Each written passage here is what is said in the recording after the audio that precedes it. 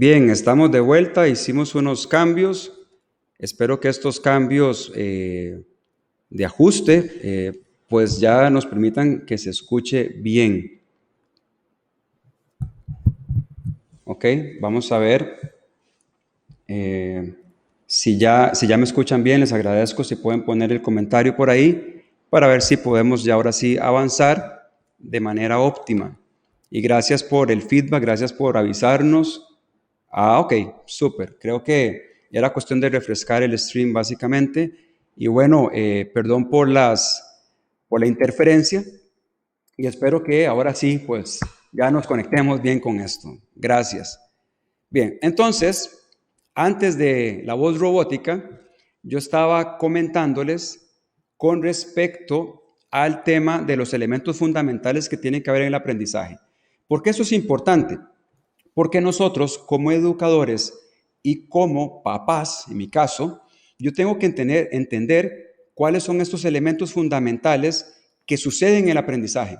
Y no son cosas muy elaboradas o muy sofisticadas. Vea qué interesante. Resulta que la ciencia ha demostrado que la clave del aprendizaje o el primer paso para el aprendizaje es la atención. Entonces, y vean esto cómo es de relevante, que si la atención o sin la atención o sin destrezas atencionales, un estudiante o un niño va a tener dificultades o diferentes dificultades para aprender porque es el primer paso. Ahora, presta atención a esto. Fíjese, resulta que la investigación nos ha evidenciado que todos los niños y estudiantes que nacieron después del año 2000 a la fecha, o sea, todos los que tenemos nosotros, hijos que están en kinder, primaria, secundaria, que pertenecen a la generación Z, prestan atención 8 segundos, solamente 8 segundos. Imagínense ustedes qué impactante. Entonces, cuando estamos viendo lo que la neurociencia nos enseña, que la atención es el primer paso para que pueda haber un aprendizaje, y vemos lo que la investigación también nos muestra, que nuestros hijos y nuestros estudiantes están prestando atención 8 segundos solamente, pues tenemos aquí una disyuntiva muy interesante, ¿correcto? De cómo lograr captar su atención. Y yo lo veo, por ejemplo, con mi hija. Con mi hija cuesta muchísimo tener la atención de ella porque yo estoy compitiendo con una serie de estímulos que hay alrededor, que sus juguetes, que la televisión, que el perro, que los amigos, que la situación, etcétera, etcétera. Entonces, es importante saber que la atención es el primer elemento. Ahora, yo quiero compartirles algo que no compartí al inicio, pero yo en lo personal fui una persona, un estudiante, pues que tuvo serias dificultades. Me costaba mucho aprender de memoria, me costaba muchísimo entender la parte de matemática, no encontraba una conexión con las cosas. Y fue difícil para mí ese proceso. Entonces, alguna gente dice, inclusive creo yo que pensaban cuando yo estaba en el colegio, bueno, ese muchacho va a ser difícil que surja o que vaya bien en algo, ¿no? La realidad es que pude salir adelante gracias primordialmente a una profesora, que fue mi profesora guía, la profesora Iliana González, que creyó en mí, que me apoyó, que a pesar de todas las circunstancias difíciles que estaba viviendo, yo pude sentir su amor y su apoyo en todo momento para ayudarme a salir adelante. Y lo otro que hizo conexión fue cuando encontré una pasión por algo que me gustara. Entonces, yo pasé de ser un niño o un estudiante que tenía tal vez pocas esperanzas de surgir o poder estudiar una carrera o poder aprender algo de manera significativa, a ser una persona que aprende con relativa facilidad ahorita. ¿Por qué digo esto? Porque muchas veces también queremos condicionar a nuestros hijos para que aprendan de una manera o que se enfoquen solo en algo, ¿no? Y tenemos que entender que todos tenemos también diferentes procesos, siendo la atención la primera. Ahora, si hablamos, por ejemplo, de Einstein, de Rodin o Picasso, vea qué interesante, porque estos hombres todos los consideramos como genios. Sin embargo, ninguno de sus docentes pensaron que ellos eran inteligentes. Ninguno los vio como genios para el futuro. Y los docentes que ellos tuvieron no pudieron conectar con ellos de una manera significativa ni brindar las ventanas de oportunidad que ellos tenían. Entonces, me gusta una frase de Einstein que dijo una vez que todos somos genios, pero que si juzgas a un pez por su habilidad de escalar un árbol, vivirá su vida entera creyendo que es un tonto. Entonces, ¿cuánto de eso nos ha pasado a nosotros? ¿Y por qué estoy hablando de esto en contexto? Porque es importante que cuando estamos hablando de necesidades educativas o problemas de aprendizaje, que entendamos como papás de dónde nace todo. Primer punto, la atención. El otro punto que tenemos que entender es que todos aprendemos de manera distinta, cada cerebro es distinto. Si tú tienes o tenés dos hijos, ya vas a saber inmediatamente que aprenden de manera distinta. Yo tengo dos hijos y mi hija es completamente diferente en su forma de aprender que mi hijo. Cada uno tiene un estilo diferente de aprendizaje que está compuesto, como lo definió Howard Gardner, por una serie de inteligencias múltiples predominantes que se pueden ir desarrollando, pero que cada estudiante, cada hijo de nosotros y cada alumno que está en la clase tiene una serie de inteligencias múltiples predominantes. También diferentes estilos de aprender, diferentes tipos, diferentes gustos, diferentes pasiones. Lo que pasa muchas veces es que queremos encasillar el aprendizaje en algo muy específico, muy centrado en lo que la escuela nos dicta. Muchas veces ponemos una etiqueta de un niño inteligente, aquel que le va bien en matemáticas y que es bien en las cosas metalingüísticas, por ejemplo. Entonces, y no valoramos otras inteligencias como la musical, la intrapersonal, interpersonal, que ya llega inclusive a ser inclusive más importante que las otras inteligencias. Otra cosa que tenemos que entender es que la neurociencia nos enseña que el aprendizaje es una suma de muchos factores, donde influyen, como mencioné anteriormente, la motivación, la atención, la memoria, la edad, la cultura y las emociones. Y lo importante en este punto es que el aprender o no aprender no depende para nada del coeficiente intelectual, como se ha creído hasta hace mucho tiempo. Nuestro cerebro está compuesto de partes visuales, auditivas y kinestésicas. Y hay alumnos que necesitan ver, otros necesitan oír y otros tocar. Por lo tanto, en la escuela y también en nuestras casas, cuando estamos educando a nuestros hijos, es súper importante que podamos trabajar por lo menos estas tres como mínimo, que es dando actividades donde nuestros hijos puedan ver, puedan oír y puedan también palpar, tocar. ¿De acuerdo? Entonces, ¿qué entendemos por inteligencia? Es una capacidad de juicio o razonamiento en un sentido amplio, o la capacidad de relacionar conceptos o ideas. Desde el punto de vista de manejo de la información, la podemos entender como la capacidad. Vean esto, pongan atención, porque muchas veces cuando pensamos en inteligencia pensamos en otra cosa, pero la inteligencia la podemos definir como la capacidad de dar soluciones rápidas y eficaces a determinados problemas. Es interesante esto. ¿Ok? Y la atención, pues obviamente influye en esto, que es la capacidad de seleccionar información sensorial en diferentes momentos y dirigir hacia eso los procesos mentales. Bien, entonces en todo esto tenemos que entender la parte de las emociones también, y lo voy a mencionar muy rápido, que es efectos que tenemos a nuestro alrededor que pueden afectar para que haya un aprendizaje. Por ejemplo, el miedo es uno de esos elementos. Vean qué interesante, porque un estudio que se realizó en la unidad de Oxford y hace 25 años empezaron a notar que sentimientos como la culpa, la vergüenza, el aburrimiento, la frustración estimulan el cerebro a entrar en modo huida, lucha o hacerse el muerto. Hay un componente del cerebro que se llama la amígdala. La amígdala es aquella parte del cerebro que hace memoria de las emociones. Es la responsable, por ejemplo, del miedo. Entonces, vean qué interesante, porque yo he tenido estudiantes, y me acuerdo de uno en particular, que en la clase era buenísimo, era el que más participaba, era el que mejor aportes hacía, el que parecía tener mejor dominio del tema, pero tuve que hacerle una vez una evaluación y él entró en pánico y no salió bien en la evaluación. ¿Qué fue lo que pasó? Que se disparó la amígdala y bloqueó el cerebro. ¿Cuántas veces eso nos pasa con nuestros hijos y con nuestros estudiantes también en la clase? Bien, entonces, entender estas cosas, primero la atención, luego la motivación y la emoción. O sea, tenemos que crear un ambiente resonante, un ambiente compatible con el cerebro para que todos los elementos básicos se puedan dar. La atención, por ejemplo, ¿cómo hacemos para que nuestros hijos nos presten atención? Pues en el caso particular mío, con tanta competencia que tengo distractores, con mi hija lo que hago es hacer aquellas cosas que le gustan, por ejemplo, pintar. Entonces yo sé que cuando ella está pintando, yo puedo captar su atención. Yo me puedo pintar con ella. Pero nosotros como papás debemos entender eso. Tenemos también que dar palabras de afirmación y ánimo a nuestros hijos para que no hayan sensaciones de miedo o de culpa que bloqueen el cerebro para no aprender, o que se ponga en modo inhibición o en modo de inhibición o modo de huida, y evitar todas estas cosas, ¿no? Entonces, siempre trabajar la reducción del estrés y el establecimiento de un clima emocionalmente positivo, ¿ok? Para que hayan estas tres cosas: atención, motivación y emoción. Significa que alguien tiene que estar motivado para estudiar, para que haya un aprendizaje. Si mi hijo no está motivado en algo, pues va a ser muy difícil que lo aprenda, ¿ok?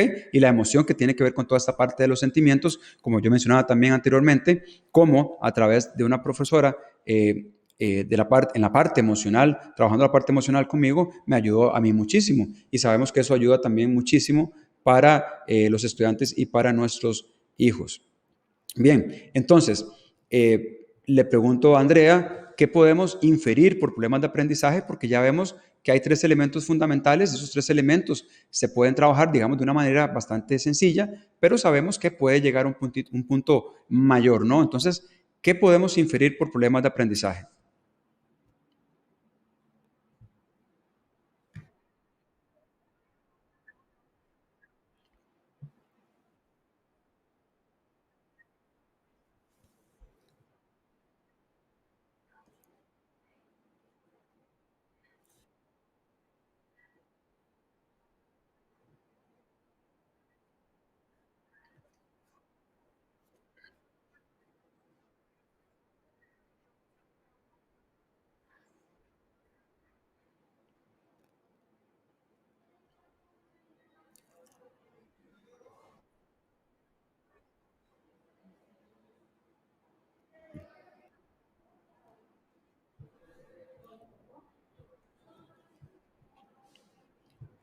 Ok,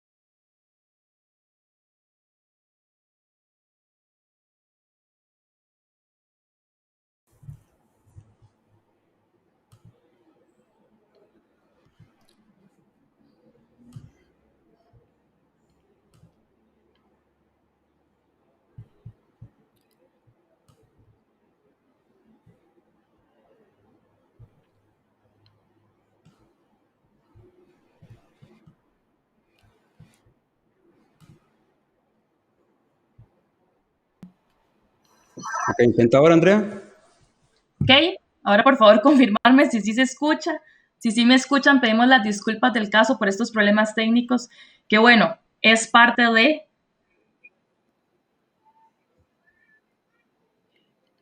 Ok, dale a ver. es parte de este proceso, pedimos las disculpas. Fijo, a los docentes que nos escuchan y a los papás les ha pasado esto en clases virtuales y bueno, eso pasa, ¿verdad? Es cuestión de reinventarnos, pero que dicha que ahora sí me Sí. están escuchando. Ok, ahora Ok, sí. bueno, qué dicho, las disculpas del caso. Ok, entonces, la pregunta es, ¿qué podemos inferir por problemas de aprendizaje? Les estaba contando que primero que todo debemos dejar en claro que el tener una dificultad en el aprendizaje no quiere decir de ninguna manera que mi estudiante o mi hijo tiene un coeficiente intelectual menor que los demás, ¿verdad? Ya Michael ha conversado sobre las inteligencias múltiples y sobre las implicaciones desde el área de la neurociencia con respecto a este tema y espero que les haya quedado muy claro. ¿Ok?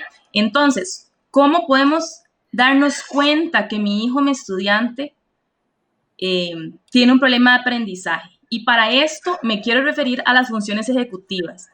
que yo me imagino que como docentes, incluso como papás, como familia, han escuchado en algún momento lo que son funciones ejecutivas.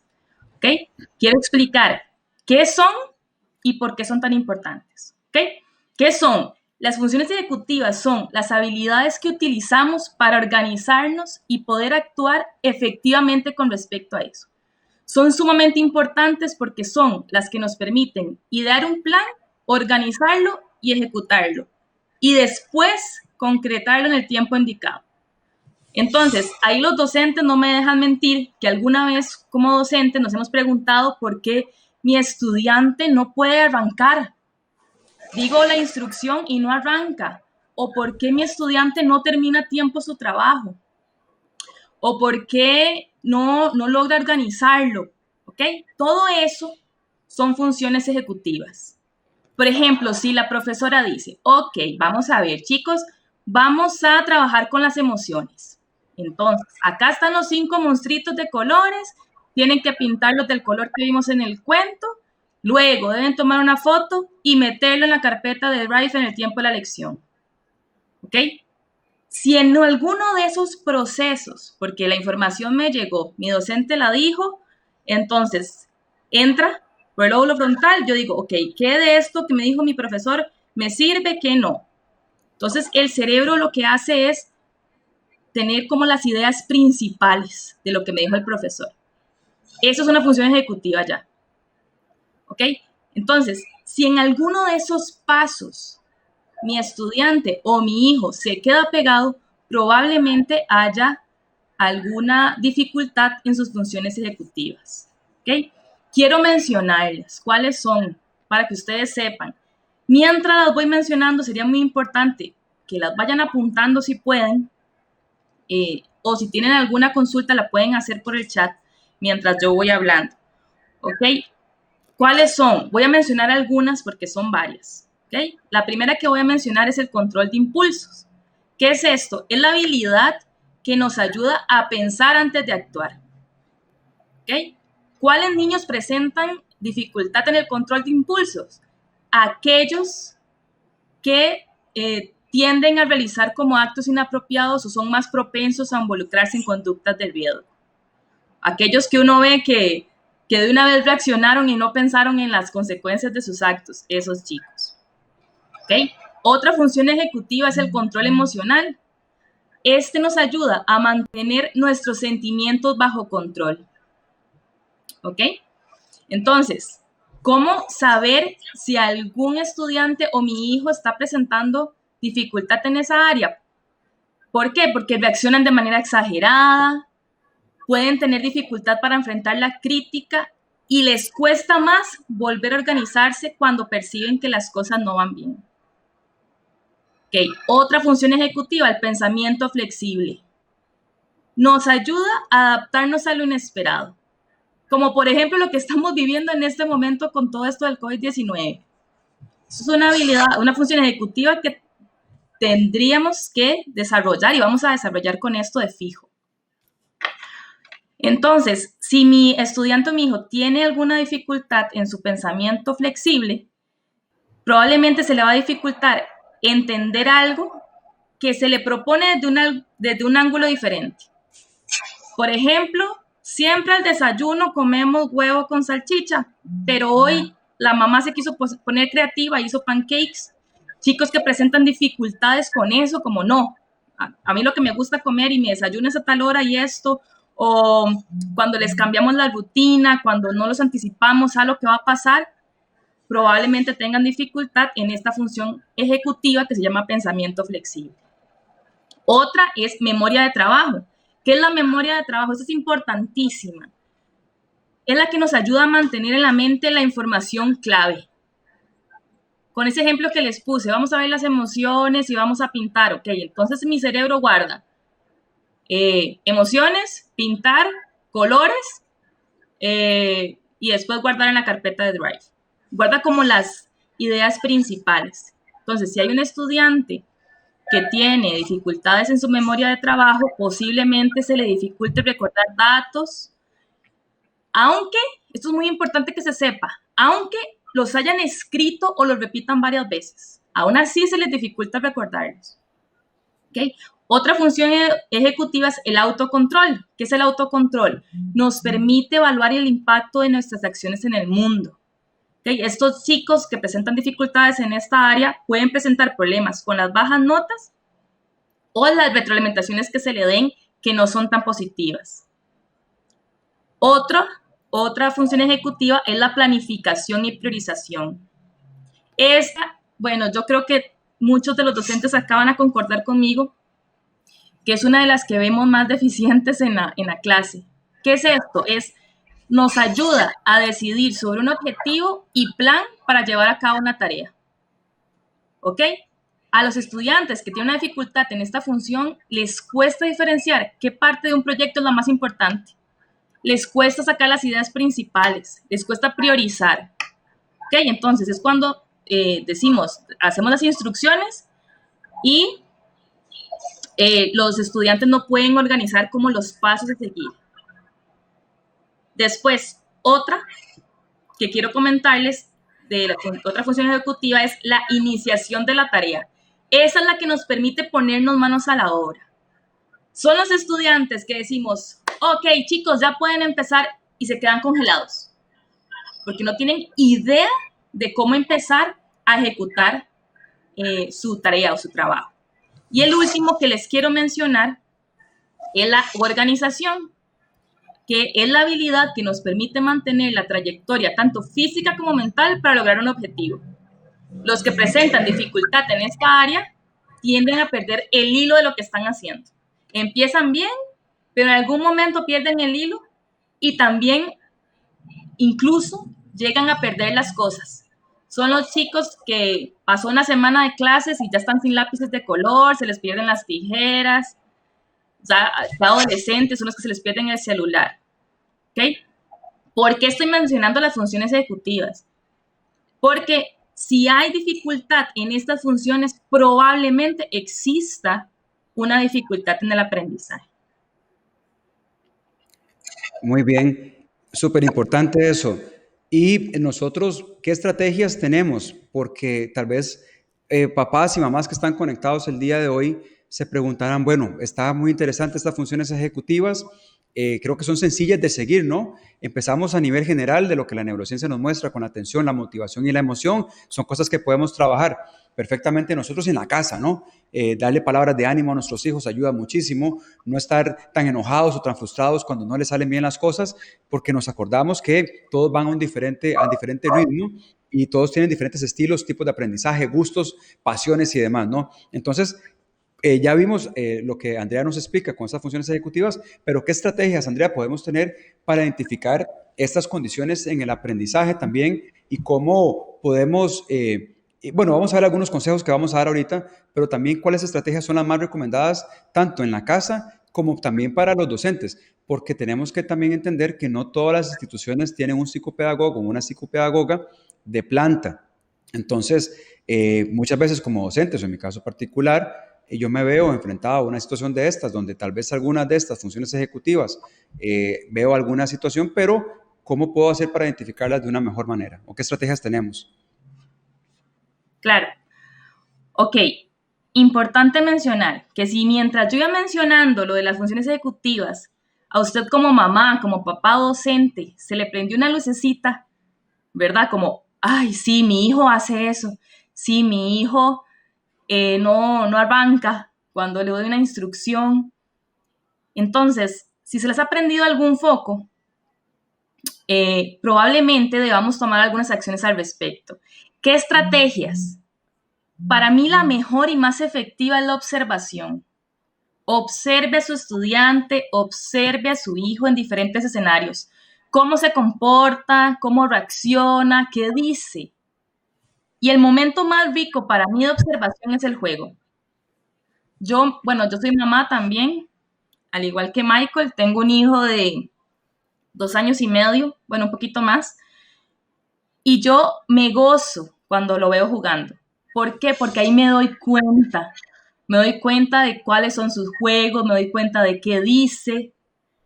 Cuando juega con niños, ahorita en este momento, por lo del distanciamiento social, pues no, pero también podemos observarlo más adelante, cómo se relaciona con los demás, cuál es su diálogo. Es muy interesante porque cuando juegan, podemos escuchar un poco del diálogo interno, porque juegan solitos y entonces ellos dicen en voz alta su diálogo interno y es muy rico. Entonces, ¿qué estrategias? Observar.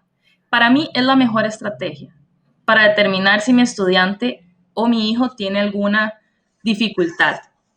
Ok, y antes de que se vayan corriendo a visitar a un especialista, ¿verdad? Porque puede que muchos ya lo hayan hecho, que ya tengan un diagnóstico en la mano y eso está muy bien. Es muy importante saber si mi hijo o mi estudiante presenta alguna condición. ¿Por qué? Porque, bueno, ustedes me están viendo acá. Si yo me quito los anteojos y a mí mi profesor o incluso mi mamá me dice, vamos Andrea, sí podés, vamos a leer este cartel que está a determinada distancia y por más que yo lo intente, que yo quiera, que yo me esfuerce todos los días, que yo lo practique, si yo no me pongo los anteojos, yo no lo voy a lograr. ¿Ok? Entonces, a veces no es por falta de motivación, no es por falta de entusiasmo ni de ánimo, sino porque no hemos determinado si presenta alguna condición. Si a mí, en segundo grado de escuela, mi profesora no se hubiera dado cuenta, y mi mamá también, pero mi profesora, que yo no veía de largo, probablemente no me hubieran podido brindar las herramientas que me dieron en su momento. Sentarme de segunda, sentarme en la primera fila para poder ver de la pizarra, conseguirme los anteojos, hacerme un examen de vista.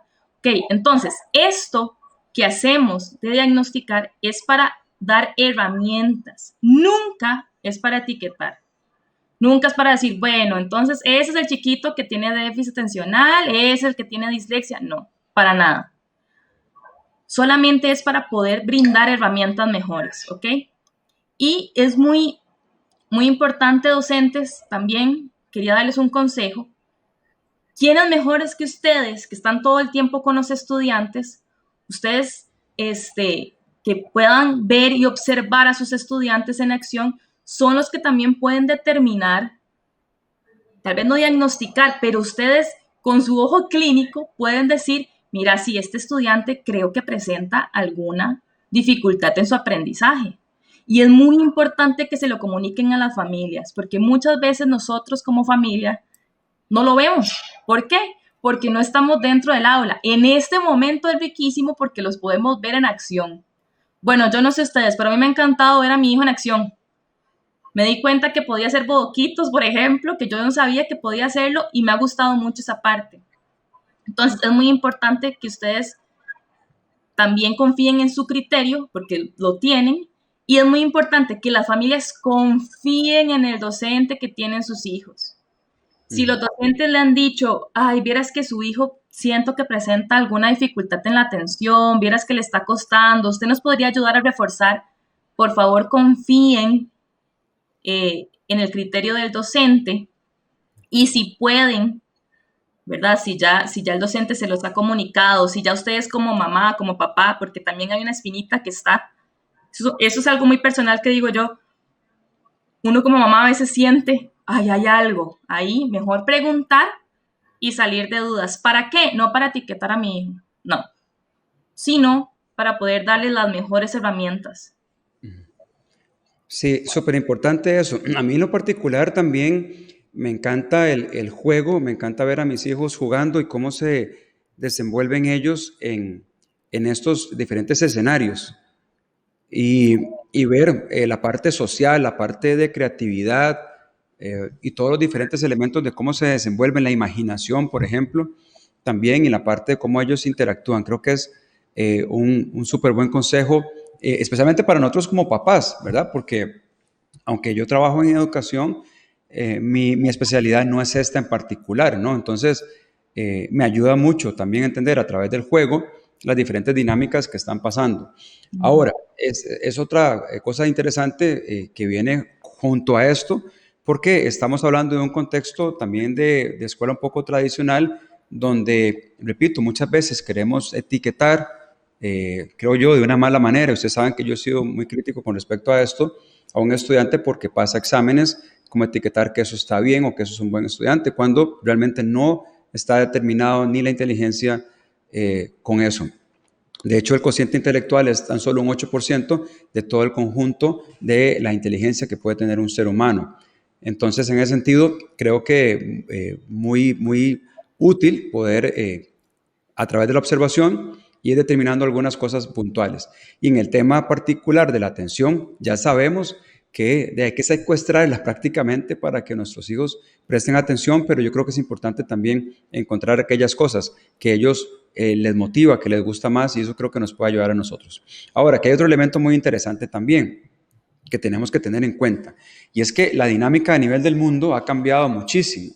Entonces, ya no estamos hablando de una época donde el saber cosas de memoria es lo más importante, porque tenemos y nuestros hijos tienen acceso al Internet para encontrar cualquier información que sea requerida, sino que ahorita se están necesitando a nivel mundial, a nivel de organización, a nivel de empresas, otra serie de características o de destrezas que quizás no las veíamos tan puntuales hace 25 años. Entonces, vean qué interesante la combinación que hay de cosas. Primero, la combinación de que hay tanta investigación y tanta ciencia y tanto avance tecnológico que nos permite ahora sí poder evaluar a nuestros hijos o a nuestros estudiantes, poder crear rutas de aprendizaje para ellos, porque todo estudiante que presente una limitante de aprendizaje puede alcanzar los objetivos igual que cualquier otra persona. No hay una limitante, o sea, esa limitante, si se trabaja bien, si se hacen los ajustes necesarios, pues va a funcionar perfectamente. Y al final de cuentas también tenemos que entender que el mundo ha cambiado. O sea, no es lo mismo cuando yo salí del colegio hace 25 años más o menos a lo que estamos viendo ahorita. Entonces, ¿qué es lo que sucede? Que en este momento hay una serie de destrezas que son requeridas, como la comunicación, el trabajo en equipo, el don de servicio, por ejemplo, resolver problemas complejos, tener empatía, y se habla muchísimo ahorita inclusive de la inteligencia emocional como la inteligencia más importante, ¿ok?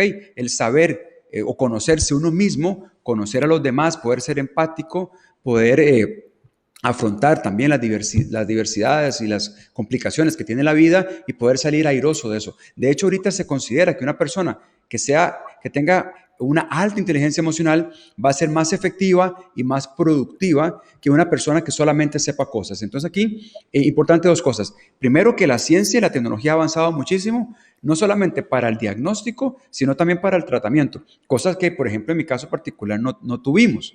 O sea, yo sabía que había algo que me pasaba, y Andrea también creo que experimentó un poquito de eso cuando estaba en el colegio, y que alguna gente decía, pues este muchacho no va a pasar de maceta, ¿no? Sin embargo, cuando se juntan elementos muy sencillos como la emoción, la motivación y encontrar una pasión, ya esas cosas, en mi caso particular, y creo que también en el de Andrea, ya desaparecen.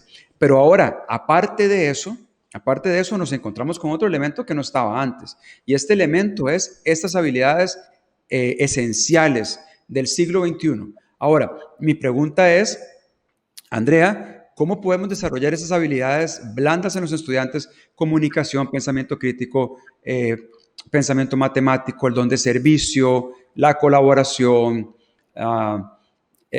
todas estas que está demandando ahorita el mundo y las organizaciones, y si el tener una condición de aprendizaje impediría que un estudiante o que un hijo de nosotros pudiera alcanzar estas habilidades que, repito, al día de hoy son más esenciales que saber cosas de memoria. Yo quiero que esto les quede a ustedes también muy claros, papás y mamás que nos están escuchando el día de hoy. Nuestros hijos necesitan desarrollar estas destrezas mucho más que necesitan aprender cosas de memoria, porque eso es lo que está, de nuevo, mandando el mundo, la globalización, los avances tecnológicos y demás. ¿Ok? Entonces, Andrea, ¿cómo podemos desarrollar estas habilidades blandas en estudiantes con necesidades educativas? Y si crees que hay alguna limitante para que los estudiantes desarrollen estas habilidades que son esenciales en el día de hoy. Ok, en definitiva, no hay ninguna limitación para que los estudiantes con necesidades educativas aprendan estas habilidades blandas. Michael y yo somos un vivo ejemplo, que Michael les comentaba un poquito de su experiencia en la escuela, pues yo tuve una experiencia parecida, que en algún momento también tal vez se las pueda compartir. Ok, ¿cómo hacemos? Practicando. O sea, no basta el conocimiento teórico académico, es necesaria la acción. Por ejemplo, yo puedo leer muchos libros de tenis, ver videos, ir al estadio, pero mientras no me meta a la cancha a jugar, no tengo ninguna posibilidad de aprender tenis. ¿Okay? Entonces, lo mismo pasa con las habilidades blandas. Las aprenderé y las incorporaré a mi inconsciente únicamente si las practico y mucho. No más o menos, no mucho. Entonces, Claro. no voy a aprender a ser más empático, ni a vender, a hablar en público, a tener comunicación efectiva si no lo practico. Y esto a nivel general, ¿verdad? O sea, no hay ningún estudio de ninguna limitación de aprender habilidades blandas para estudiantes con necesidades educativas. Ok, vean qué buena noticia a ustedes que nos escuchan. Si entendemos que la dinámica del mundo ha cambiado, que el desarrollo de estas destrezas es esencial en este siglo XXI, y vemos que la ciencia no ha encontrado alguna relación con algún estudiante que tenga alguna condición de aprendizaje, pues súper bien, ¿no? Repito, como decía Andrea, ¿cómo vamos a desarrollar estas habilidades? Pues por medio de la práctica, y eso también es un reto para las instituciones educativas para que ajusten también sus metodologías para que los estudiantes puedan practicar esto. Si la comunicación es tan esencial, los estudiantes tienen que tener oportunidades para poder comunicarse. Si el don de servicio, por ejemplo, es tan importante ahorita, tienen que haber elementos o actividades donde los estudiantes se vean forzados, por decirlo de alguna manera, a servir a los demás. También la parte de habilidades de pensamiento y demás. Entonces, importante tener esto en contexto porque muchas veces creo que nos preocupamos demasiado como papás porque quizás nuestros hijos no van al ritmo que tal vez va otra niña o que va otro niño. Tenemos que entender que todos van también a diferentes ritmos y que lo más importante hoy en día, como lo he dicho tantas veces, no es saber cosas de memoria, porque repito, todos esos datos los tenemos en el Internet y nuestros hijos los tienen en el Internet, sino que es más importante el desarrollo de estas habilidades tan necesarias y tan obligatorias para nuestros días. Ahora, con respecto a esto, pasamos a lo siguiente que es también muy importante y que está un poquito de la mano, que tiene que ver con la evaluación. Y aquí comentaba esto en un webinar hace 2 semanas con respecto a la evaluación, y es que la forma en que como docentes evaluamos a nuestros estudiantes o como yo como papá evalúo a mis hijos puede condicionar o potenciar el aprendizaje. Si yo estoy evaluando a mi hijo, comparándolo con los demás, por ejemplo, o diciendo, no, es que como no ha aprendido esto en el tiempo que se esperaba, o porque no pudo completar esta tarea en el tiempo esperado, ya yo le puedo inclusive poner una etiqueta, inclusive inconscientemente, a mis hijos, de que, no, que es que no estás pudiendo y dando palabras negativas. Y esto afecta también la forma en que los docentes se evalúan en la clase. Por eso hace 2 semanas hicimos un webinar con respecto a esto, de cambiar la forma de evaluación, porque si los estudiantes y nuestros hijos, todos aprendemos de diferentes maneras, todo cerebro es completamente distinto, no hay 2 cerebros iguales en el mundo. Si entendemos eso, pues por supuesto tenemos que entender también que la forma de evaluarlos debe ser distinta. Y eso implica tanto para docentes como para nosotros en la casa. Yo no puedo comparar a mi hija con mi hijo, porque mi hijo va a ir más adelante en unas cosas y más lento en otras. Por ejemplo, mi hija ya al año y 2 meses hablaba un montón. Mi hijo tiene 3 años ahorita y todavía le cuesta. Pero eso no significa necesariamente que no lo vaya a lograr. Y es que muchas veces cuando estamos hablando de estos temas, queremos compararlos con otros y la verdad es que eso no es algo bueno que hacer. Porque todos, repito, aprenden de diferente manera, a diferente ritmo, tienen diferentes pasiones, gustos, estilos de aprendizaje y nosotros debemos como papás entender eso y no preocuparnos. A mí, que mi hija tal vez no esté leyendo tan fluido en este momento, como quizás otras compañeritas, realmente no me preocupa tanto eso. ¿Qué es? Es una observación que estoy haciendo, entonces vamos a hacer algunas dinámicas para ayudarle en eso. Pero no son cosas que debieran preocuparnos de sobremanera, al menos en la mayoría de los casos. Obviamente, cada caso es diferente y cada caso hay que verlo pues individualmente, ¿no? Pero sí es importante saber que como nosotros estamos evaluando o como hagamos sentir a nuestros hijos, va a potenciar o condicionar su aprendizaje. También en este aspecto es muy importante que el estudiante se sienta exitoso, ¿verdad? Porque cuando no nos sentimos así nos desmotivamos. Entonces, es importante calificar en positivo, recalcar lo que hizo bien. Ya basta de calificar en rojo, con esas enormes X, ¿verdad? Que me calificaban a mí, por ejemplo. Y es importante darle la oportunidad de sobresalir en algo. Entonces, si yo sé que mi estudiante tiene un problema en la lectura, por poner un ejemplo, entonces ensayemos o adaptemos un texto para que cuando él lo lea al frente de toda la clase, los demás se den cuenta que él sí lo logra hacer y que él mismo también se sienta realizado y diga, yo lo logré. Eso es muy importante en la evaluación, muy importante. Sí, súper, súper. También, ya entrando aquí un poquito más en materia de consejos, los espacios de aprendizaje. Yo he hablado mucho con Andrea con respecto a esto y Andrea siempre me menciona los espacios de aprendizaje. Entonces, quisiera que compartas con nosotros por qué esos espacios de aprendizaje son tan elementales, especialmente con algunos chicos que puedan tener alguna condición de aprendizaje o algún tema con respecto al aprendizaje.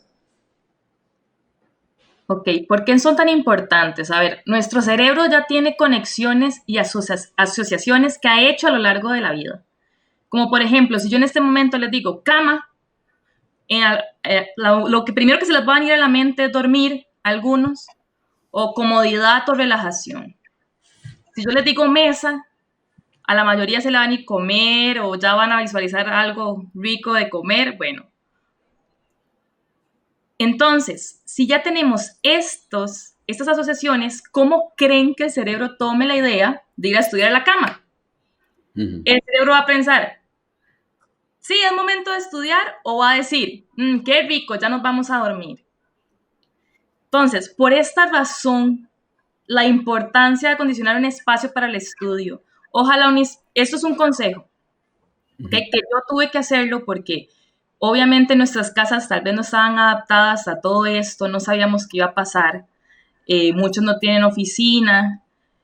Lo primero que hice yo, y también con mi hijo, y porque los dos, mi esposo y yo, estamos haciendo teletrabajo, lo primero que hice fue acondicionar la casa. O sea, volver esta casa un lugar de trabajo y de estudio. Entonces, ojalá, si no lo han hecho, háganlo. Es muy importante, es mandarle las señales correctas al cerebro. Entonces, un lugar de estudio iluminado, ordenado, lejos de distractores, muy importante que esté ventilado, ¿verdad? Y es un lugar que mi cerebro va a relacionar con ser productivo. Y acá es muy importante tomar en cuenta nuestros sistemas representacionales. O sea, ¿de qué manera recibo yo la información? Si soy más visual, si soy más auditivo, kinestésico. Mi hijo, por ejemplo, es más kinestésico. Entonces, yo procuré que el espacio de él fuera cómodo, ¿verdad? Si mi hijo o mi estudiante, bueno, en este momento estoy hablando de hijos porque la escuela se pasó al hogar, si mi hijo es más visual, si yo he determinado que es más visual, entonces voy a procurar que el espacio, primero que todo, esté siempre ordenado y que se vea lindo, que en apariencia se vea lindo. Eso es muy importante para las personas que son visuales. Y para las personas que son auditivas, procuren no poner el espacio a la par de donde el perro ladra o a la par del papá que hace teletrabajo también y que habla muy fuerte. ¿Ok? Entonces, es muy importante también tomar en cuenta los sistemas representacionales cuando estamos acondicionando un lugar, pero es muy importante que exista un lugar. He visto como docente muchos estudiantes trabajando desde la cama o trabajando desde el comedor, y le estamos mandando señales erróneas al cerebro con eso. Sí, qué importante eso, ¿verdad? Porque sí, muchas veces son cosas que no pensamos y cómo son de elementales, ¿no? Y son cosas que, vean, podemos hacer muy sencillamente para apoyar a nuestros hijos y apoyar a aquellos estudiantes con alguna necesidad educativa. Hay otro consejo también que les quiero dar, que o Andrea también, que lo hemos hablado bastante, es con respecto a la organización, ¿verdad? De cómo ayuda la organización también cuando hay condiciones de aprendizaje, que está la parte del espacio físico, pero también está el tema de la organización. Y creo que mencionaste un poquito de esto anteriormente, pero también me gustaría que explicaras un poquito más por qué tener las cosas organizadas también ayuda en ese sentido. Ok, se ha demostrado que los chicos que presentan alguna dificultad en su atención o en su memoria necesitan organizarse, pero ellos no lo pueden hacer por sí solos, necesitan de alguien externo que los ayude y les enseñe a cómo organizarse. Entonces, es muy importante que para estudiantes que tengan alguna condición de atención, se les haga un horario visual, ojalá con código de color. ¿Qué significa código de color? Por ejemplo, hacer el horario de que los lunes, entonces español sea de color verde y matemáticas de color azul, que el espacio libre sea de otro color, ¿ok? Ojalá que ellos lo puedan hacer, que sea accesible para ellos, si son chicos de preescolar o más pequeños, que pueda hacer con dibujos, que puedan tener pictogramas de cómo va a ir el día. Yo les pongo a mis estudiantes, por ejemplo, como imágenes, pictogramas de, ok, no, nos vamos, en este momento sería, nos vamos a levantar, luego vamos a conectarnos en línea con la teacher, luego vamos a tener un tiempo de descanso y ojalá con imágenes para que ellos lo vayan viendo, incluso moviendo al momento en el que están. Eso para niños de preescolar o niños de primaria. Para estudiantes de secundaria ya pueden tener un horario tal vez como con código de color, ojalá un horario visual, que ellos puedan tener cerca de su centro de estudio, del lugar donde ustedes acondicionaron para que estudiaran. Si hacemos esto, si tenemos los materiales listos, carpetas, etcétera, esto les va a ayudar a bajar la ansiedad. Y cuando la ansiedad disminuye, es muchísimo más fácil concentrarse. Ok, vean qué interesante esto. De nuevo, la ansiedad y el estrés negativo pues genera impacto negativo en el aprendizaje y son cosas muy sencillas que podemos hacer para ayudar a nuestros hijos y a estudiantes también. Y vean que son cosas que uno pensaría a veces que son o que requeriríamos cosas muy complejas, pero la realidad es que cuando empezamos de lo más sencillo, haciendo estos pequeños ajustes, sabemos, porque ya la ciencia también lo ha demostrado y la investigación, que va a ayudar muchísimo. Otro consejo súper importante es el ejercicio. Entonces, vean qué interesante, porque muchas veces sabemos que el ejercicio nos ayuda en nuestra función biológica para estar mejor de salud y demás, pero la relación entre el cerebro y el ejercicio es cada vez más estrecha. Hay ya tantos estudios que han comprobado que, por ejemplo, levantar pesas en edades adultas contribuye a evitar enfermedades neurológicas o trabajar inclusive los músculos de las piernas ayudan a mantener las neuronas en plenitud. Hay estudios también que ya demuestran que no tenemos un banco de neuronas determinado, como se creía hace años, sino que podemos generar nuevas neuronas también a través del ejercicio. Y entonces, muchas investigaciones ya han puesto en evidencia que el hacer ejercicio favorece distintas funciones del cerebro. Y vean qué interesante, favorece la capacidad de concentración. ¿Cuántos niños tenemos en las aulas diagnosticados con TDA, por ejemplo? Ok, entonces, si esta es una situación que estamos pasando y que la vimos también, como mencioné anteriormente, a nivel general, que la generación Z pone atención 8 segundos, pues bueno, el ejercicio va a ayudar a que desarrolle esa capacidad de concentración, a mantenerlo alerta, a mejorar la memoria. También sabemos que va a reducir la ansiedad, va a aliviar el estrés y va a prevenir la depresión. ¿Cuáles son los elementos que estamos trabajando? Atención, emoción y motivación, como las 3 claves del aprendizaje. Y vean cómo el deporte puede aportar tanto en ese sentido. Entonces, nuestros niños necesitan hacer deporte por lo menos 4 días a la semana y no me refiero al deporte que están jugando ahí todo el día tirando cosas, no es ese tipo de deporte, sino es por lo menos salir a caminar 30 minutos, 45 minutos, porque esto les va a ayudar a oxigenar el cerebro y va a ayudar a que rindan más también. Ustedes se acuerdan, no sé, la frase del siglo I que decía mens sana in corpore sano, mente sana en cuerpo sano. Bueno, resulta que la ciencia y la investigación ya han demostrado esto que viene desde el siglo I. Vean qué interesante, ¿no? Entonces, como consecuencia del ejercicio físico, se segregan toda una serie de neurotransmisores y factores de crecimiento cerebrales que estimulan el desarrollo de nuevas neuronas en el hipocampo y fortalece las conexiones neuronales que facilitan la memoria y el aprendizaje. Entonces, ¿qué es? Recomendación muy sencilla. Independientemente aquí también, porque esto afecta a todos, obviamente, pero tenemos que entender que una falta de ejercicio puede provocar estrés, ansiedad, inclusive también puede hacer lo contrario, ¿no? Que empiece en nuestros hijos a tener algún problema de aprendizaje.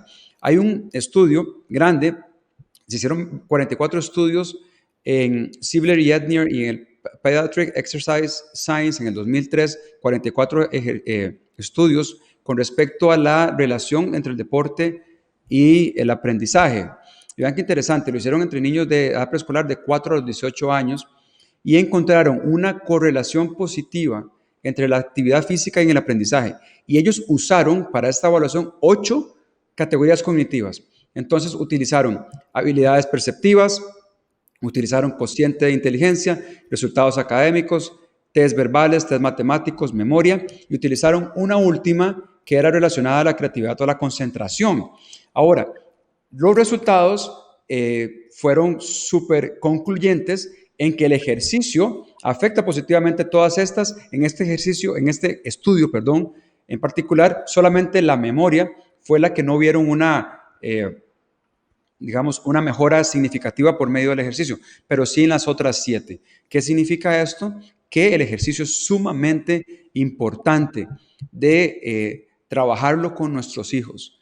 Y yo sé que, y esto lo he mencionado tantas veces también, tantos colegios a veces quitando clases de educación física, cuando educación física debiera ser más recurrente.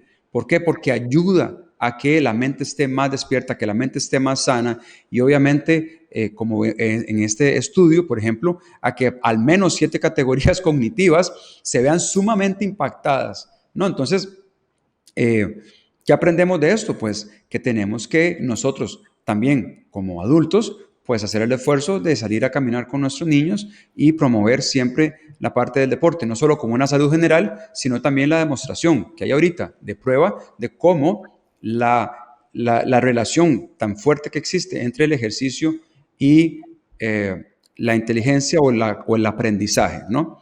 También algo que pareciera muy trivial, que es la alimentación.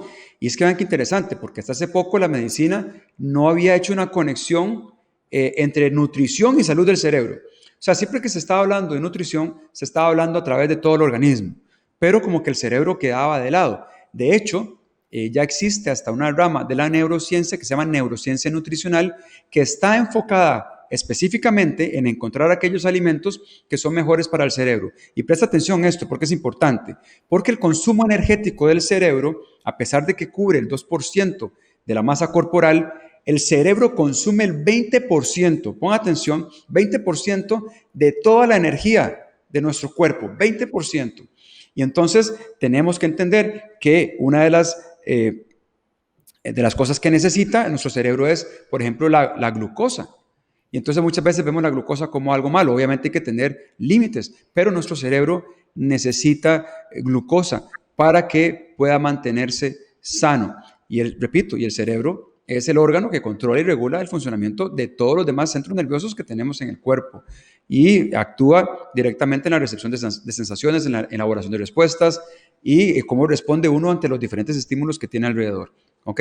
Entonces, la glucosa, presta atención, es la moneda de intercambio, si la podemos llamar así, energético del cerebro. Es esencial para las células, es esencial para que haya un aprovechamiento a nivel cerebral óptimo también, obviamente no abusando, porque alguna gente dice, no, voy a hacer o tener cuidado también con las ingestas de azúcar, por ejemplo, que ya también se ha demostrado que en edades de niños pequeños, de 0 a 3 años, de 0 a 5 años, la ingesta excesiva de azúcares rápidos o en adolescentes de estas bebidas energizantes, lo que producen es un pico excitatorio muy alto en el organismo, porque esos niveles elevados de azúcar disparan o liberan del cerebro lo que es lo que se conoce como dopamina, que es una sustancia que está implicada en la atención y el aprendizaje, pero lo que hace es dispararlo de un solo, pero cuando se baja el efecto, el resultado es contraproducente. Entonces, lo que pareciera que fuera bueno, como las bebidas energéticas, los frescos azucarados, ¿cuántas veces hemos escuchado a un estudiante que dice, ay, voy a tomarme una Coca-Cola, por ejemplo, porque tengo que estudiar? Y claro, efectivamente, ese impacto de azúcar va a liberar componentes en el cerebro para que suceda esto, o sea, para que haya un aprendizaje, pero realmente cuando se pasa el efecto de esta bomba, digamos, de azúcar, el efecto que llega después es peor. Entonces, evitar todo ese tipo de cosas, porque al final de cuentas pareciera que genera un beneficio, pero realmente no. O sea, la glucosa sí es necesaria para todas las funciones cognitivas del cerebro, como la capacidad de concentración y estar alertas, y también otras más complejas como la memoria y el aprendizaje. Pero no usemos cosas como el azúcar, por ejemplo, el azúcar rápido o las bebidas gaseosas y esto, para generar esto, porque repito, el impacto de vuelta es muy negativo. Otros alimentos que están sugiriendo mucho en los estudios es los ácidos grasos como omega 3 y omega 9 y también el consumo de proteínas. Entonces, ¿qué sucede? Y Andrea pues tendrá más experiencia en esto.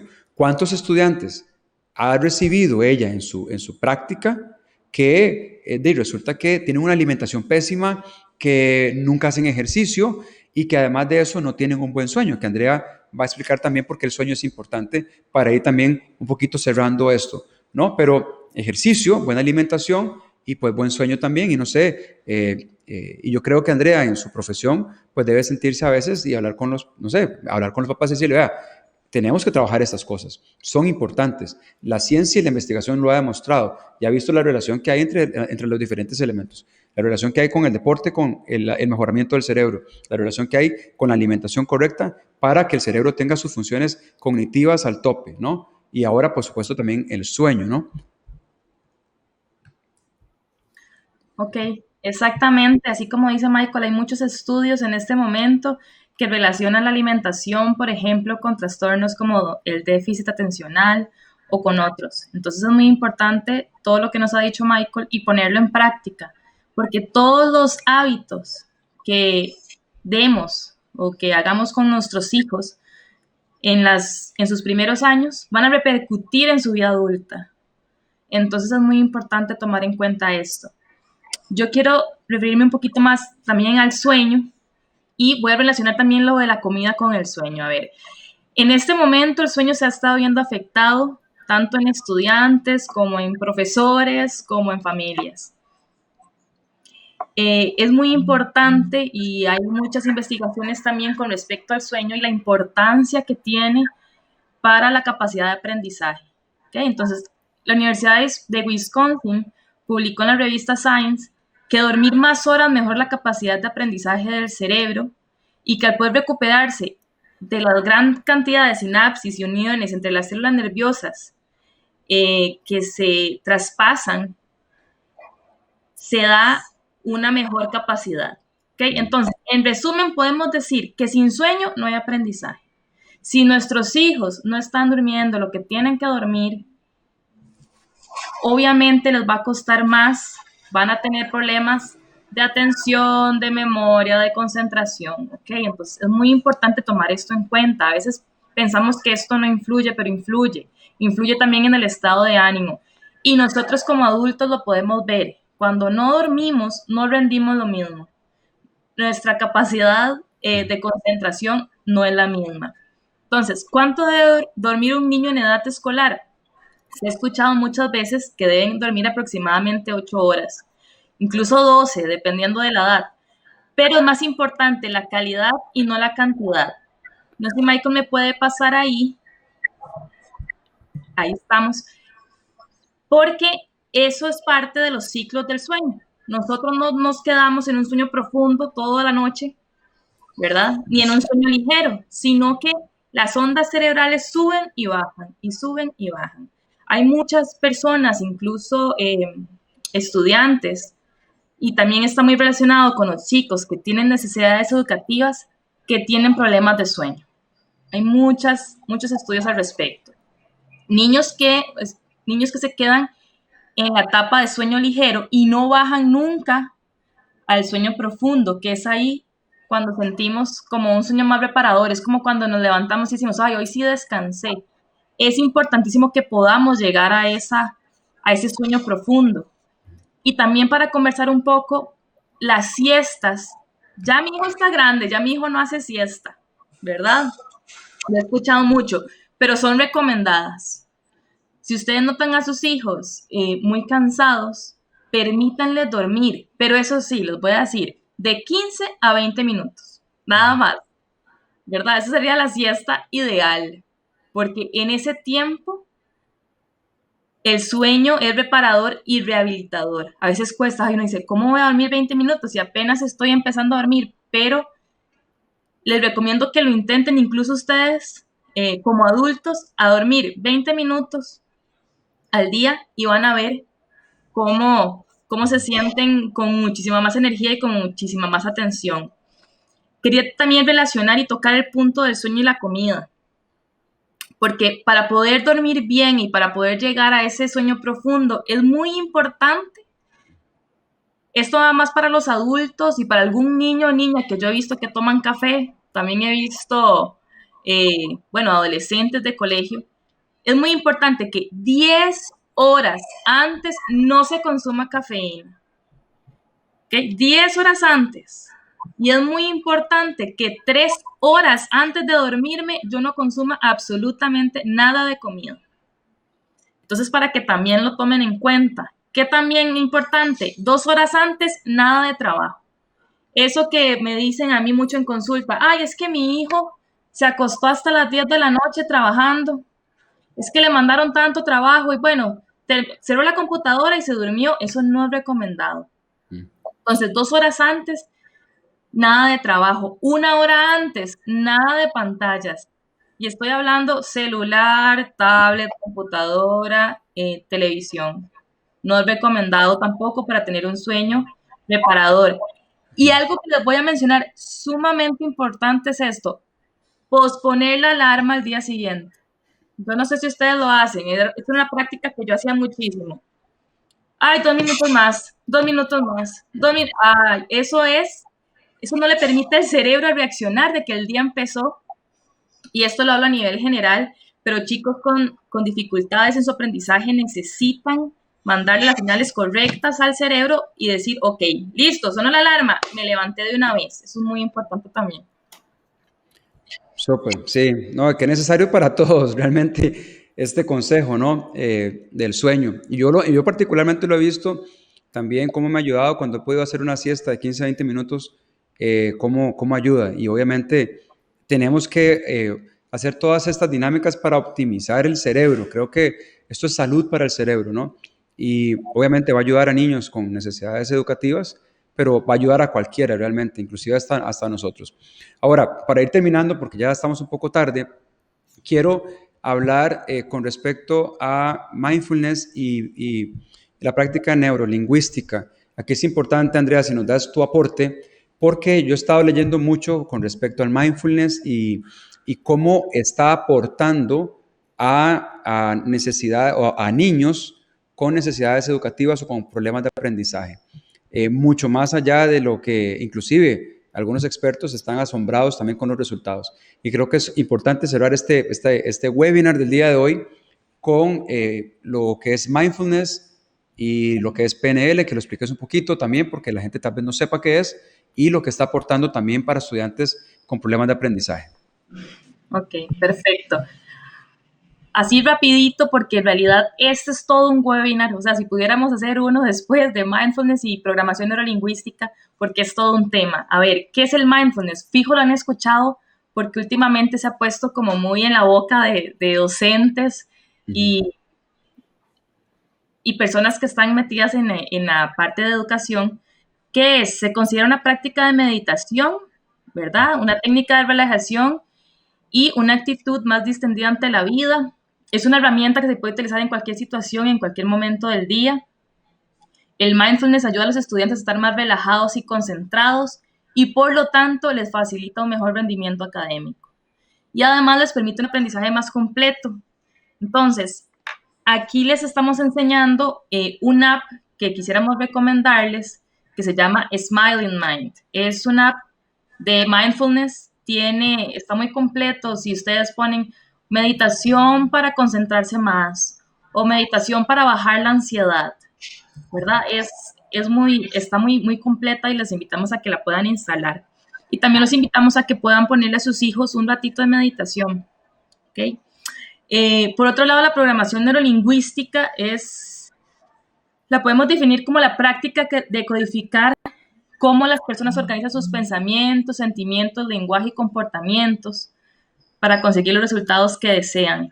Con programación neurolingüística podemos trabajar desde fobias hasta depresión, alergias, resfriados. Como repito, es un tema muy amplio. A mí me gustaría tal vez tener más chance para hablar de esto, pero tal vez en otro momento. Les voy a dar dos maneras de usar la programación neurolingüística con sus hijos o con sus estudiantes para mejorar la atención. Entonces, si pueden, apunten ahí. Estas técnicas son de Jaime Galindo, que es experto en programación neurolingüística, lo pueden seguir también, ¿okay? Y él da dos técnicas muy interesantes, que yo las he empezado a usar y ya he notado el cambio. A ver, está la fórmula 20-20-20, ¿qué quiere decir esto? Dedicarme 1 hora al día a 20 minutos a hacer ejercicio, como decía Michael. 20 minutos de algo de aprendizaje, leerme un libro, aprender algo nuevo, meterme a un webinar de estos, ¿ok? Y 20 minutos de trabajar en la parte emocional, en la parte de meditación y de orar, ¿ok? Esa es la fórmula 20-20-20 que les puede ayudar muchísimo. Otra técnica se llama la ducha 20-1-14. ¿Qué es eso? Que antes de meterse a bañar, demos 20 saltos, un estiramiento sencillo y que cuando nos metamos a la ducha cambiemos la temperatura 4 veces, que la pasemos de frío a caliente, de frío a caliente. Es importante terminar en frío. ¿Okay? Eso van a ver cómo hace que el organismo se despierte y tengamos una mejor atención. Y la última es un patrón que se llama Betty Erickson, que lo usamos también para poner nuestro sistema en estado de alerta hacia el aprendizaje. Es ponerse la vista al frente de algún objeto o lo que queramos, y entonces decir ahí 3 cosas que podamos ver desde ese punto, 3 cosas que podamos escuchar, 3 cosas que podamos sentir, y después ir bajándolo. 2 cosas que podamos ver, escuchar y sentir, y después una. Van a ver cómo ese sencillo ejercicio va a estimular un montón el área de aprendizaje. Súper, muchas gracias. Sí, el mindfulness también, yo he estado estudiando mucho con respecto a esto. Estoy impresionado con los resultados, realmente lo que la investigación está diciendo. Creo que es importante también profundizarlo, poner en práctica estos 3 simples ejercicios va a ayudar muchísimo, porque yo estoy convencido de que esto puede ayudar muchísimo más a estudiantes que tengan alguna necesidad educativa o algún problema de aprendizaje de una mejor manera que utilizando, por ejemplo, medicamentos. No que esté, digamos, totalmente opuesto a esto, porque habrá diferentes casos, ¿no? Pero como lo hemos hablado muchas veces, creo que estas técnicas a nivel general, y especialmente para aquellos estudiantes o hijos que tengan alguna condición de aprendizaje, va a ayudar muchísimo. Y no podemos pensar en algo más profundo, creo yo, si no hemos hecho esto antes. Porque si la ciencia nos está demostrando que esto es lo básico, que esto es lo elemental, pues ok, trabajemos en esto, en lo básico, en lo elemental. Y si ya, cuando hemos puesto todos estos factores y aún así sigue habiendo alguna situación, pues sí podemos ya buscar un especialista que haga una revisión, una evaluación más exhaustiva, ¿no? Entonces, en ese sentido, pues, gracias por participar el día de hoy. Voy a dejar aquí una última reflexión. ¿Qué hacer cuando queremos tirar la toalla? Unos consejos rápidos, ya se nos fue un poquito la hora, pero rápidamente primero, yo lo veo desde mi punto de vista con mis hijos. Primera cosa, entender que yo no tengo que por qué comparar a mi hija, a mi hijo con los demás, ni siquiera entre ellos, ¿ok? Hay que entender que todos tienen diferentes tiempos para aprender y diferentes cosas que necesitamos hacer con ellos. Ahora, el tiempo en la casa y todo esto ha causado también un estrés, pero acordémonos también que por medio de las neuronas espejos, nuestros hijos absorben también nuestro estrés y nuestras cargas. Y un cerebro que está estresado, que está cargado, activa la amígdala para bloquear también, como mencioné anteriormente, el aprendizaje. Entonces, también nosotros podemos practicar algunas de estos métodos de relajación, de orar y leer un libro también, o sea, y tratar de estar lo más calmados posible, ¿no? Porque al final de cuentas, lo que nosotros estemos generando puede, repito, causar cosas negativas en ellos o cosas positivas, ¿no? Entonces, mi ánimo, yo sé que a veces es difícil, yo lo veo en la casa, mi esposa está a veces con mi hija, yo a veces me tengo que traer a mi hijo para que esté conectado, haciendo las dinámicas, pero es importantísimo, creo yo, que nosotros tengamos una inteligencia emocional fuerte para poder generar un espacio resonante de aprendizaje en la casa, donde el cerebro esté en modo óptimo para aprender. Eso significa la alimentación, el dormir, estas prácticas del mindfulness, significa entender esos conceptos también muy básicos de cómo se da el aprendizaje. ¿Para qué? Para que ellos puedan irse desarrollando y que no sea algo complicado, ¿no? Entonces vimos cosas muy sencillas, pero son muy, muy funcionales y no son cosas que salen así, sino que está probado por la ciencia, ¿ok? Y la investigación. Entonces ya hemos puesto algunos ejemplos también de las investigaciones que hemos utilizado y ánimo, estamos todos aquí en esta lucha y también pues entender estas cosas, ¿no? A veces estamos, repito, muy preocupados por cómo está el rendimiento de nuestros hijos con respecto a otros y creo que para cerrar al menos de esta parte, no pensar tanto en eso, sino entender que cada quien tiene su ritmo y sus diferentes estilos y gustos y pasiones. Andrea, si quieres dar un comentario para cerrar, un consejo último Nada, para papás y mamás. nada más que piensen como familias qué es lo que quieren que sus hijos recuerden de esto. ¿Qué es lo que quieren que recuerden de este 2020? Tal vez un poco caótico, pero cuando le cuenten sus hijos a los que vayan a tener, a los hijos que vayan a tener, ¿qué quieren que cuente? ¿Qué quieren que recuerden? Que recuerden cómo mamá y papá no estuvieron estresados trabajando, o que recuerden que qué momento tan valioso para poder compartir en familia, para poder practicar nuevas técnicas, para poder aprender nuevas cosas. Es muy importante que este tiempo también se pueda aprovechar de esa manera y no sentirse culpables. Esto nos vino a cambiar absolutamente a todos. Estamos aprendiendo sobre la marcha, estamos aprendiendo como mamá, como especialista, como docente, estamos aprendiendo apenas. Entonces es muy importante que no nos culpemos porque esto es algo sin precedentes, algo que no había pasado y estamos aprendiendo y estamos tratando de hacerlo mejor. Y es muy importante que nuestros estudiantes y nuestros hijos sepan que estamos y lo entiendan, que estamos intentando hacerlo mejor y ellos también como estudiantes. Sí, muchas gracias. Bueno, gracias por quedarse conectados tanto tiempo.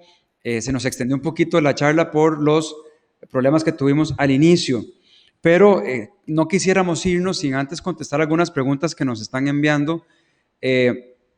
Nos preguntan con respecto al lóbulo frontal que cuánto dura en desarrollarse.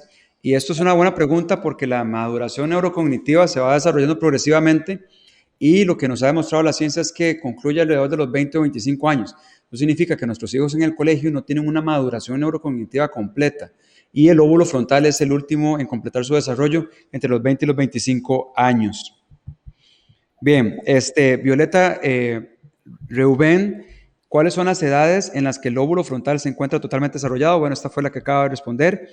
Daniela Lora del Colegio Nueva Luz, desde República Dominicana, muchas gracias por estar conectada. Dice que tiene un niño de 10 años y es diagnosticado con déficit de atención. Él es muy inteligente, pero aún no sabe escribir ni leer. ¿Qué puedo hacer? Una sugerencia, Andrea, para Daniela Lora, que nos escribe de República Dominicana. Ok, lo que no entendí, tiene 10 años y aún no sabe leer y escribir. Correcto. Dice que fue diagnosticado con déficit de atención que es muy inteligente, pero aún no sabe escribir ni leer. Bueno, yo lo recomendaría en este caso poder seguir con algunas terapias psicopedagógicas. A ver, el leer y escribir necesita de una madurez para poder hacerlo. Entonces, a los 10 años se podría pensar que ya esa madurez debería estar adquirida para leer y escribir.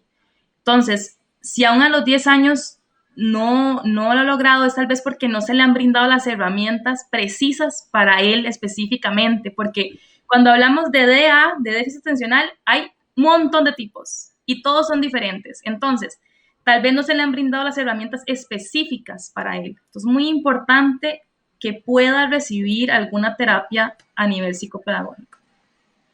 Ok. Carolina Arguedas también nos pregunta que cómo podemos ayudar a desarrollar esas rutas o habilidades de pensamiento en niños con necesidades especiales, necesidades educativas especiales, Bueno, lo lo que tiene que conversamos. ver con habilidades de pensamiento. Me imagino que se refiere un poquito como a las funciones ejecutivas. Lo hablamos un poco, ¿verdad? ¿Cómo? Lo primero que podemos hacer es estos pequeños consejos que tal vez suenen como pequeños, como de organizarle el espacio y organizar un horario. Eso, aunque suene pequeño, de ahí arrancamos. Si no arrancamos con eso y puedo enseñarles un montón de otras técnicas, pero si no estamos eh, conscientes de esta parte básica, de organizarlos, de darles un espacio para el aprendizaje, de la buena alimentación, del sueño, si esto no está, todas las técnicas que vayamos a hacer no van a funcionar de la mejor manera porque esto, que es lo básico, tiene que estar. Correcto, sí, eso tiene claro. Empezamos porque cuando estamos hablando de habilidades de pensamiento, estamos hablando de las capacidades que tiene el cerebro también de organizarse, de analizar, de sintetizar y clasificar la información para poder tomar las mejores decisiones también en diferentes contextos. Entonces, obviamente, para que el cerebro esté en un estado óptimo, para poder generar este análisis a nivel mental, pues es necesario que esté preparado para hacerlo, ¿no? Y eso implica todas las cosas que también estabas mencionando. Sí, muy bien. Jocelyn Cabero del Colegio Monterrey desde Costa Rica, mucho gusto de saludarla. Dice como docentes, en la situación actual de distanciamiento social, ¿cómo podemos seguir brindando apoyo a los estudiantes que presentan alguna condición de discapacidad, tomando en cuenta que los estudiantes muestran periodos de atención muy cortos en las sesiones grupales en vivo? Esa es una excelente pregunta, porque aquí tenemos dos componentes, como lo hemos mencionado bastante hoy. Los niveles de atención tan bajos a nivel general, 8 segundos, ¿no? Y aparte de eso, estudiantes pues que están tal vez ya diagnosticados con un TDA, por ejemplo, que cómo se puede hacer como docentes. ¿Qué recomendás para mejorar la atención en estos escenarios que estamos ahora de educación remota? Uh-huh. A nosotros nos ha funcionado muchísimo, primero que todo, eh, hacer el trabajo asincrónico, o sea, que no tengan que conectarse a la pantalla todo el tiempo, Uh-huh. porque en estudiantes con necesidades educativas esto les puede producir muchísima ansiedad. ¿Por qué? Porque su ritmo de aprendizaje puede que sea diferente y están explicando un tema y la maestra no se puede detener a evacuar todas las dudas de 22 estudiantes, por ponerles un ejemplo. Entonces les genera ansiedad no entender, les genera ansiedad que mis compañeros sí lo estén logrando y yo no. Entonces, lo que se propone, una de las propuestas es que se le brinden espacios individualizados a este tipo de estudiantes o que se brinde un espacio para grupos pequeños. Uh-huh. Sí, yo creo que también mucha parte de la atención tiene que ver con los gustos. Creo que como docentes y como papás tenemos que encontrar aquellos gustos o preferencias que nuestros hijos tienen para poder lograr también esos momentos de atención. Como yo lo decía al inicio, en el caso particular mío, con mi hija, yo sé que la atención la voy a tener cuando es dibujar o pintar algo. O sea, yo puedo ver cómo mi hija puede tener una atención focalizada cuando está pintando y ahí aprovecho yo para educarla en valores o cuando ocupo hablar algo con ella. Creo que tenemos que también la parte de observación que mencionamos anteriormente es muy importante para determinar esos elementos que pueden mejorar también la atención, que tiene que ver obviamente con la motivación y la emoción. Están ligados. Renata Ferrari dice cómo recomienda trabajar funciones ejecutivas en un niño de 11 años.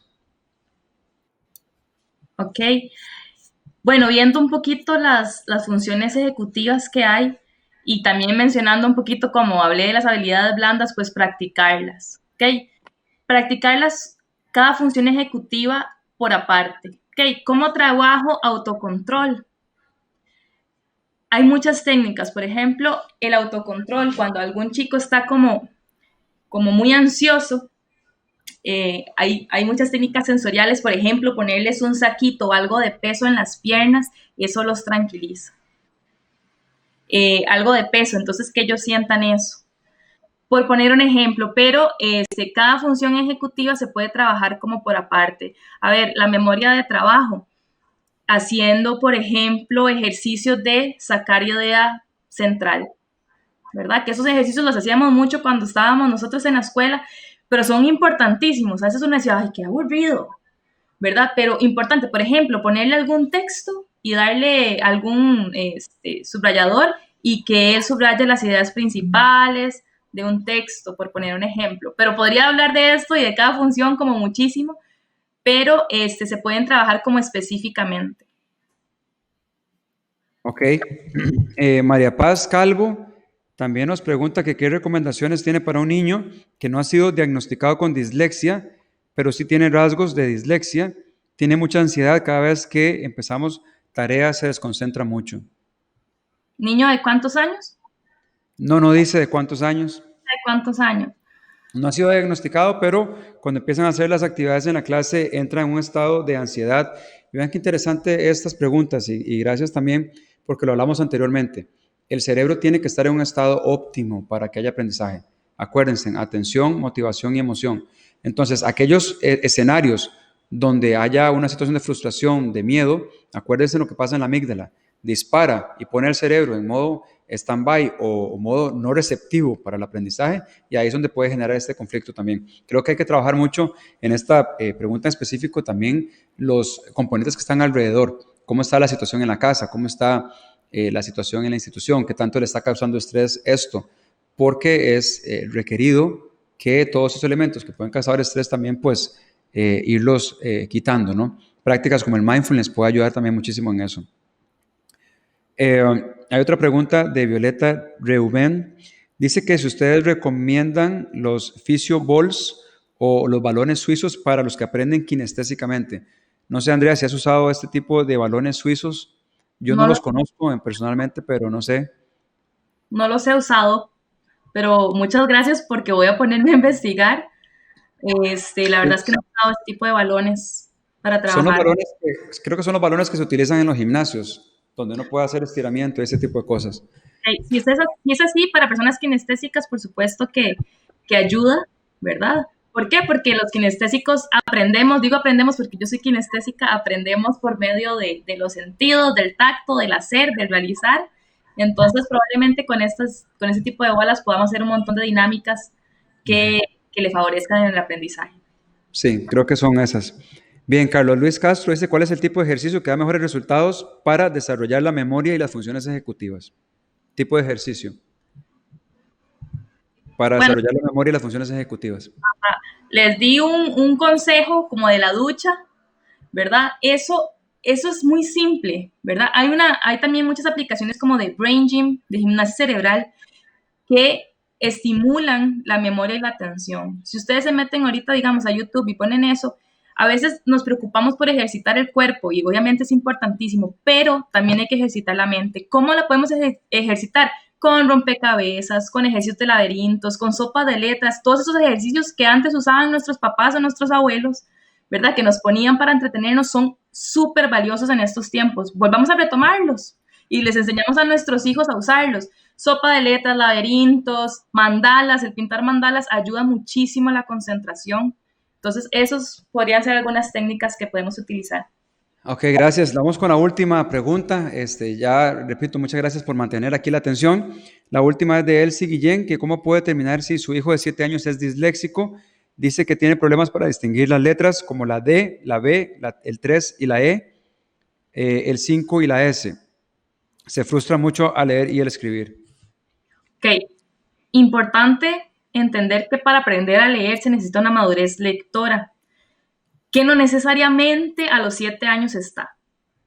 Incluso a los 9 años todavía hay niños que no leen y está bien y es normal, ¿verdad? Porque se necesita una madurez. Entonces, ¿cómo determinar si es disléxico? O sea, hay un montón de pruebas que se hacen, empezando por esas, por la madurez lectora, pero en este momento yo le recomendaría que no se preocupe, que no lo fuerce, porque el proceso de lectura debe ser un proceso enriquecedor y bonito. Entonces, a veces cuando se fuerza, los chicos más bien tienden como a resistirse. Entonces, en este momento, tal vez por la edad, yo le recomendaría que demos un poquito más de chance y si a los 9 años todavía presenta estas dificultades, podría evaluarse. Sí, y eso es buena pregunta porque yo he estado leyendo también, por ejemplo, en Finlandia, consideran que el niño debe empezar a aprender a los 7 años, si no me equivoco, en algunos informes que he leído, por el mismo desarrollo del cerebro para estar preparado para aprender a escribir y leer, ¿no? Entonces, bueno, esto sería, repito, muchas gracias, Andrea, por estar el día de hoy. Pedimos otra vez disculpas por los problemas técnicos que se suscitaron al inicio. Gracias por quedarse conectados con nosotros. Gracias por el apoyo. Realmente esperamos que estos consejos que dimos hoy, que son muy sencillos, que los podemos poner en práctica de una manera muy sencilla, les funcionen y que podamos pues seguir aportando más para seguir ayudándoles también en esos procesos que estamos todos. Muchas gracias nuevamente por estar con nosotros el día de hoy y esperamos verles muy pronto. Gracias, Andrea, también por todo tu aporte, tu conocimiento y tu experiencia. Ha sido muy útil, he aprendido yo también muchísimo el día de hoy y muchas gracias a todos por conectarse el día de hoy. Hasta luego.